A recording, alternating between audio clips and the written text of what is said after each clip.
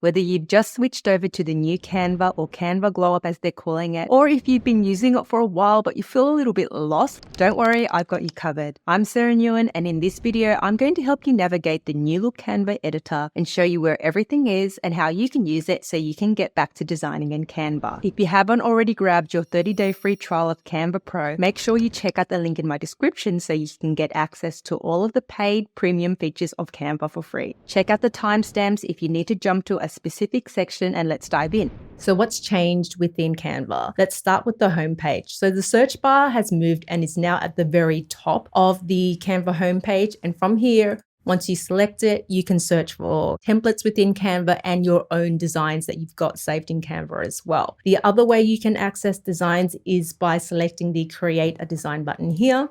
And once you do that, you're able to access the designs from their search bar in this section, from the categories across here, or the categories on the left, or you can scroll within this little section here as well. On the Canva homepage, you've also got this little Ask Canva chat widget, and this can help you with finding features and also getting quick answers where things are at the moment. Some things haven't changed, so your projects and all of the files and folders that you have created will still be on the left-hand side in the projects folder. Still access your brand kit and apps from the homepage as well. Now, once you open up a template or open up a design in Canva, this is where things get a little bit wild for Canva. So you'll see now that on the left-hand panel, we've still got majority of the things that we know and love about Canva. So you can access the design templates. If you click on it, it will appear and you can scroll through the designs. If you want to close it, you just click on the little X and close it there. We've got all of the elements that we love from Canva, text options, uploads, all your uploads will be here. The draw option is here as well as apps and all the things that we love. So majority of the things are still on the left-hand side. The thing that has really changed is within a design now, when you select an element in your design, such as an image, you'll see that the toolbar appears across the top here with immediate things that you can do to edit the image. And if you select the See All button, this will open up the panel on the right-hand side, which has all of the things that you can do, whether it is adjusting the colors, whether it is using Magic Studio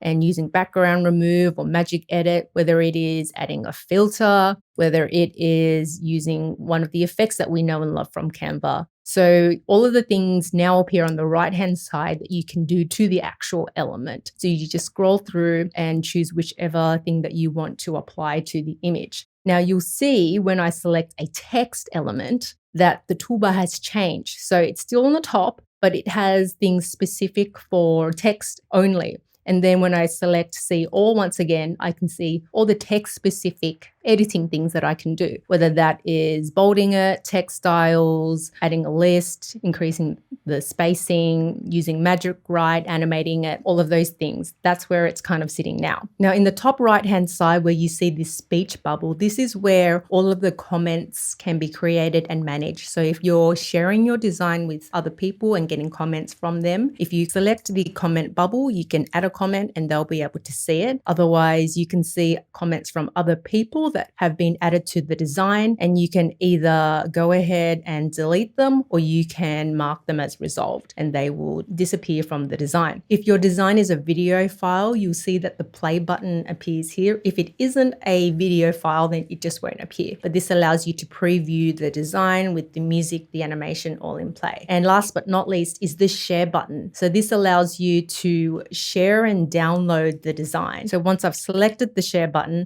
I can see the options to download it here. And then depending on which file type you choose, you would simply choose it, configure the correct settings for what you want, and then select the download button and that will download the file for you. And on the left-hand side, before they move it, is the little Canva Assistant, which helps you with some quick actions. So let's say I wanted to add some dotted lines to the design. I could go to the Canva Assistant, search for dotted lines, and it will return a couple of design options for me here, just as a quick way to kind of access things. The biggest change that you'll probably notice is that we're now designing from the left-hand side and the right-hand side. And it takes a little bit of adjusting, but I do find that it gets a little bit more intuitive the more you use it. Hopefully this video is very helpful with helping you see where things kind of are now so you can help navigate it.